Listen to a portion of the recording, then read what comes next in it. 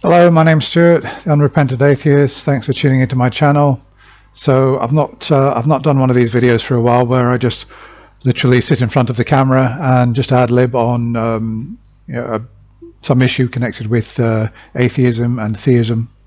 So today I want to talk about what I consider is a false dichotomy that a lot of Christians actually cling on to, stupidly in my opinion.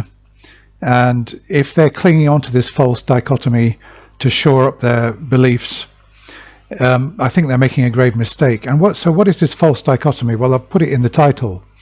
The false dichotomy is fine-tuning versus parallel universes. So I've been having one or two conversations with Christians or theist Christians who've left comments on my channel.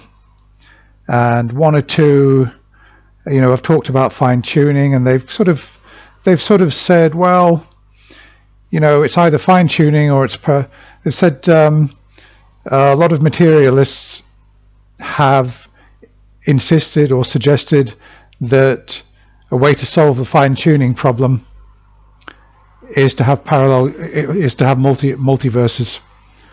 So the argument being that the odds against the laws of nature being exactly as they are is so astronomically high. It's like taking a pack of cards and flipping them over one at a time and guessing the first 30 cards correctly, or something like that, or tossing two dice and throwing 2 6s 50 times in a row. They like to put it in these terms, even though they've got absolutely no proper papers. They've got no academia. They've got no proper mathematics to back that up. No proper calculations. Because how can you make calculations? We've only got the universe is not like a deck of cards, right? We've only got, as far as we can see, we've only got one universe. It's not like we've got 10,000 universes out there, each one with a different set of natural laws. And there's only one set of natural laws in 1 million that could produce life in a universe. And the one that we're in happens to be the one. But we would need 1 million universes out there so that, it's like throwing, it's like they say, throwing all the bricks up in the air and they come down and they land in the shape of a house. Sooner or later it's bound to happen. This is the argument, and it doesn't work. The argument does not work because we've only got one example. It's a false dichotomy. It's a false dichotomy because there may be other options. I can think of at least one other option. One other option is that the reason that the laws of the universe are as they are is because they couldn't have been any other way. I'm not saying that's the case, but I'm saying you can't rule it out as an option. It means that if there are other universes, it may well be that those universes would have exactly the same laws as this universe. I'm not saying that's the case. I'm saying it may be the case. And you can't falsify it. You can't say you can't say it couldn't be the case. So you certainly haven't got a dichotomy there. You've got at least one other option. And I'm sure that there are other options as well.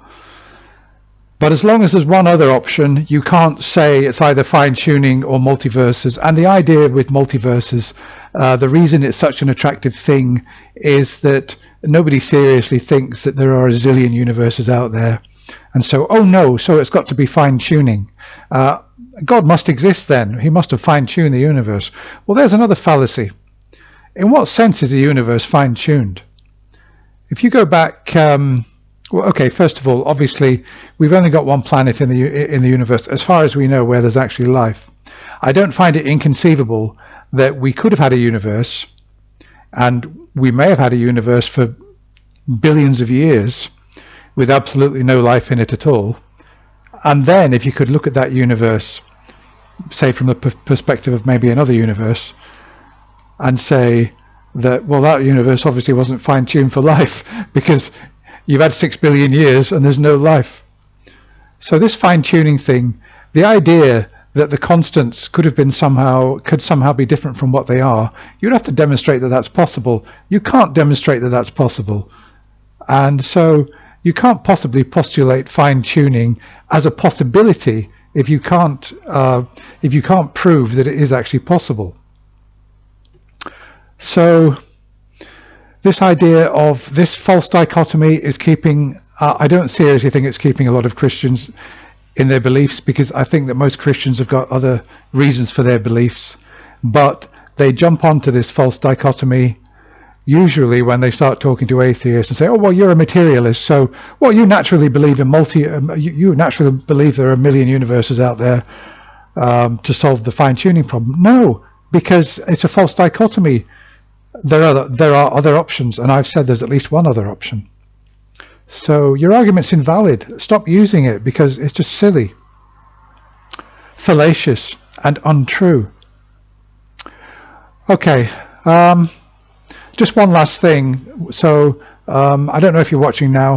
Somebody that I was having a conversation with online, and I made the statement that I'm only interested in that which can be demonstrated. Now, you can take me at my word there, and you can say, oh, so you're not interested in beauty, you're not interested in love, you're not interested in all the other things that come. No, I'm not talking about that. I'm talking about epistemology. I'm talking about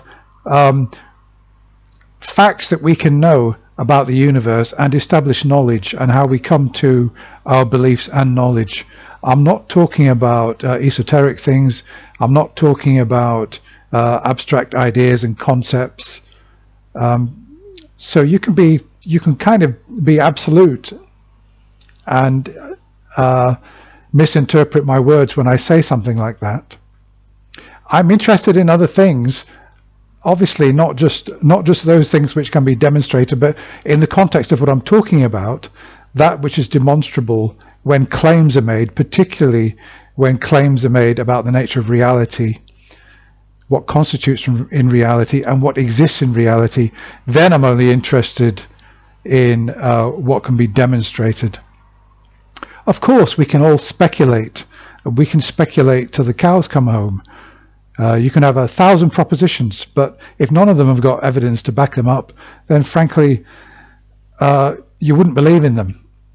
So in that sense, the jury's still out. We're still waiting for confirmation of any of those. I had one situation where I was trying to demonstrate what I mean, because I had somebody saying that he didn't know whether there was one universe or whether there were more than one universes. And I said, look, I said, if an entity which knew for certain whether there's just one universe or whether there's more than one universe, pointed a gun at your head and said, make a choice. You choose either there's only one universe or you choose there's more than one universes. And if you choose wrong, you die. Which one would you choose? And his reply was, well, I don't really know. Well, too bad, you're dead. I would choose the option there's only one universe. Why? Because it's only been confirmed so far that there is only one universe. And so to choose the option that there are more than one universes, in my opinion, is an option that will most likely get you killed. I mean, in that scenario. So I would play safe and say, well, it's only been confirmed that there's just one universe, so I'll go for that option. There's just one universe. And I would feel that even if it turned out there was more than one universe and I lost my life, I'd made the right choice. But when people say to me, well, I don't really know, I'm not asking for knowledge, I'm not asking for certainty, I'm asking for your belief. I'm asking for a rational choice based on the evidence. You only ever hear, oh, I don't really know. You only hear that from Christians. You never hear it from atheists. You never hear it from methodological naturalists and true scientists. There's belief and there's knowledge. We're not asking for knowledge, we're not asking for certainty. What's your belief based on the evidence? Okay, enough of a rant. False dichotomies, not worth believing in God based on that, or in fact based on anything else from what I've seen. Thanks for watching. Be back again soon.